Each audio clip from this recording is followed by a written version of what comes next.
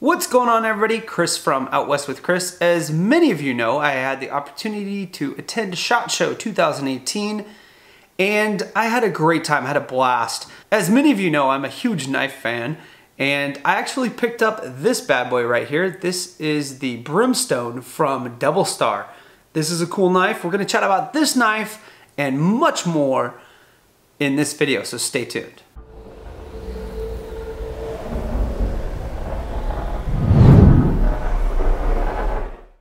So before we get too far into this video, I want to say two things. Thank you to Go Prepared Survival, Sam and Vicky. I had a blast hanging out with you guys. That's how I got into SHOT Show. I was there as an employee. I am the kind of the head of communications or whatever. I do videos for Go Prepared Survival, and we had a blast hanging out together. So thank you guys very much. The other thing I want to mention is this video is going to be just about the knives that I came across while I was at SHOT Show. There's going to be a lot of content to cover, so it's going to be a lot of fun. I'll be doing another video about the other stuff at SHOT Show, and I'll be going live tomorrow evening. I don't know exactly what time yet. I'll be going live on my YouTube channel. I'll probably have a special guest. So that is Sunday the 28th. It'll probably be sometime around 7 p.m. Pacific. Who knows? Pay attention to my Instagram and Facebook for updates on when I will be going live.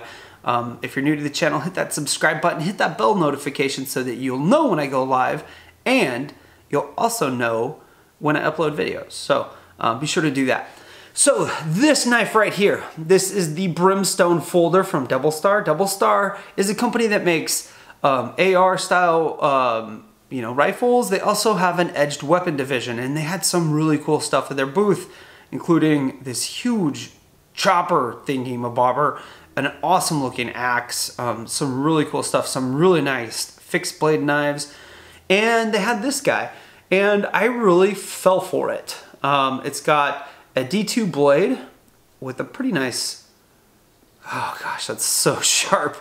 It's got a D2 blade, and it's got these G10 scales.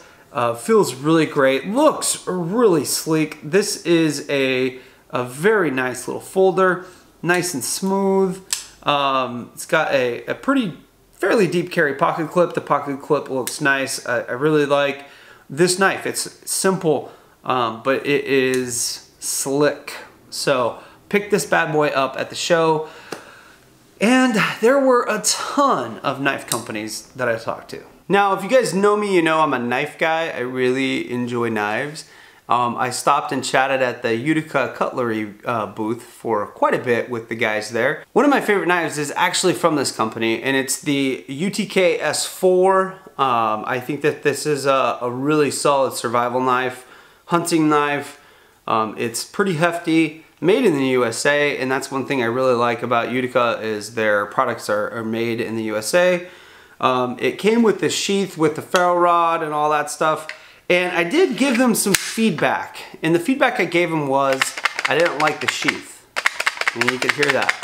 So we talked about that for a little bit, and it sounds like pretty soon pretty much all of their new sheath, their new knives are going to be shipping with a new sheath, where that is not an issue. So they heard feedback from the people, the end users, guys like you and me who have this knife who didn't like that, and they took it, ran with it, made some changes, and hopefully they fixed the problem.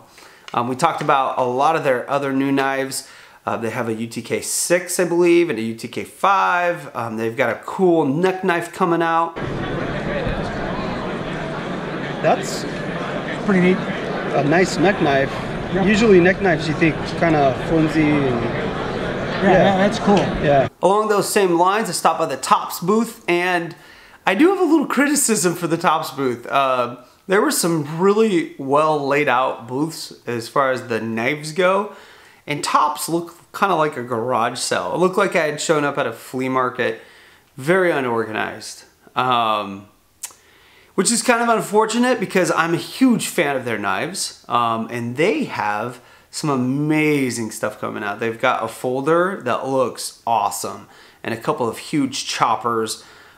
Just some pretty cool stuff. Some axes that look cool. That new folder that they're coming out with, I forgot the name, looks and feels great. In my opinion, it's pretty cool to see Tops, who has traditionally been more of a fixed blade knife maker, get into the folder market. I'm a big fan of folders, especially when they're done well. Pretty cool stuff over at the Tops booth. The Tundra Trekker was awesome. Picked that up. It was beefy. I'd like to pick one of those up someday. Really cool, huge knife. I mean, just a really cool chopper. One of the best laid out booths, and one of the ones I had the most fun at, was actually the CRKT booth. The gentleman I spoke to at CRKT, you know, we had a great conversation. It was probably a 10-15 minute conversation. We talked about some of their new knives coming out, and wow, I mean, some of their Forged in War series knives and axes, holy cow, really cool stuff coming out of CRKT. There's some really cool stuff coming out of CRKT, dropping now and into February, and one of them was the Rasp. And that knife is freaking sweet. I geeked out on it for quite a while. I'll be picking one of those up, so really excited to get my hands on a Rasp when it comes out. Also looked at some of their older stuff that I've never found in stores or been able to really handle much. One being the Crossbones Folder. It's a really small, sleek folder, and I really liked it. Had a great time fiddling with the Crossbones. I'll be picking one of those up, I think. And had some just good general conversations with them. They're really making a push to get more stateside production, and also, you know, really push more of their higher quality knives. And this was kind of a theme with quite a few of the knife makers, was a desire to really push the higher quality knives to the market and the stuff that's made in the United States. And there was a conversation about the need kind of for that entry level you know, knife that's $30 to $40. They feel like they have to kind of compete in the big box store arena. And those are the knives you're gonna see there. You're not gonna see like the Crossbones typically in a big box store. You're not gonna see the Rasp typically in a big box store. You might, but it's gonna be in a display and not out on shelves, okay? That was something that was kind of a theme for a lot of the knife makers, was a desire to get back to high quality metals, high quality production, stateside production, that type of thing. And I think you're gonna see a push on that from a wide variety of knife makers coming in 2018 and into 2019. So really exciting stuff. I think the production market for quality knives, there's gonna be some great stuff coming. And I think CRKT's got a cool lineup coming out this year. So keep them on your radar. So kind of along those lines, I did chat about that with the folks at Gerber, and they really are doing a crazy push for really high quality products. Stuff that's gonna be a little bit high in the price point zone, but that's gonna be worth it. They're gonna be making a ton of stuff out of their Pacific Northwest factories. So a lot of stateside manufacturing, which is just great to hear. I mean, I get amped about that because their quality control, the materials they use, like the steel and the handle materials, they're always, it seems better when it's made in the US. The heat treats are better. All that stuff just seems more consistent when it's made in the US. So we chatted for a little bit, played with the center drive. I told them one of my favorite knives of all time is the LMF2, and we chatted about that desire to get back to promoting and pushing their higher level knives. Because I asked them, did you see a hit in the reputation when the Bear Grylls line was really pushed on the market? And when I asked him that question, he kind of, you know, he admitted, like, yeah, they totally did see a kind of knock on their overall reputation when that stuff was launched. They're coming out with some really cool stuff in 2018. I got a chance to look at one of their automatic knives. They've got some stuff that's really cool too, that's not gonna be $100. You know, they got a knife coming out that's called the Shark Belly. It's gonna retail for around 40 bucks. And it looks like a pretty decent folder. Their auto knives look really good if you live in a spot where you can use an auto knife. And what kind of really impressed me was the quality in their new fishing lineup of fishing tools. They've got some new fillet knives coming out, some new like braided line snips. They've got like a multi-tool, basically like a plier type setup. They've got gear retractors. All of it looked like it was really high quality. The packaging was just sweet on it. And I'm really looking forward to checking some of those out. Some stores in my area are supposedly already carrying it, so I'm excited to go take a look. Hopefully, you know, buy some. The only drawback to that gear is it's pretty expensive. So the price point is a little bit high, but the quality looks pretty good. So I'm gonna try some of that stuff out, let you guys know what I think about it. You know, I went to the Kershaw booth. My buddy Matt was like, dude, you gotta go to the Kershaw booth. And really, they only had a few knives out. They had this huge booth and a couple of displays of their the ZT series stuff, and they had a display of the Kershaw line. And, you know, I don't know, they're trying to be a little bit fancy, I think. I was kind of bummed that they didn't have more stuff out. They had it under lock and key. You know, you could take it out and play with it, but you know, there was always a sales guy there. So it was interesting. One thing that they're doing is they have a new pivot system. It's a see-through pivot system, and you have to use a tool to adjust the pivot. So if you want to make it tighter or looser, I thought it was kind of, it's interesting, but I mean, you have to buy the tool separately. Most people are never even going to use it. I thought it was kind of a stretch in a way, like they're just trying to do something different for different sake. So with that said, I wasn't too impressed with Kershaw's offerings at SHOT Show 2018. I think you're getting the point that I stopped at a lot of knife makers. One of the knife makers was Havalon, and Havalon makes a lot of those razor blade knives, so interchangeable blades, stuff like that. And they're coming out with a really cool product, one that targets hunters and one that targets fishermen, and interchangeable blades, really cool stuff. It's awesome. Actually, more the way they're supposed to be on. So blue is for, Yeah, so this is like hunting, that's fishing, essentially the color. yeah, that's the idea. So on the hunting pack, will come with a black handle and a black case. Come with 2 gun hooks. Also come with a serrated blade and a 5-inch blade. And how it works is you just hit the button, slide it off, nice easy on and off. But it also has a switch on the back here. You unlock it, that unlocks the 2 pieces, because eventually you're going to get some fat, blood, cartilage, hair, whatever down in the handle. Now pop it off. Cool. Nice and easy. That's awesome. And what's this product going to retail for? Retails $89.99. But then we also have that fishing pack, which comes with a serrated blade, a 5-inch blade, and 2 7-inch. We also have that 9-inch fillet, but not everybody's going to need a 9-inch fillet, so we're going to sell that separately. The replacement packs are going to be just how they come. The hunt pack's going to have those 3 blades that come with it, so that gut hook, the serrated blade, and the 5-inch. Same goes with the fish pack, and then the 2 9-inch blades. So basically you're getting 3 knives in one.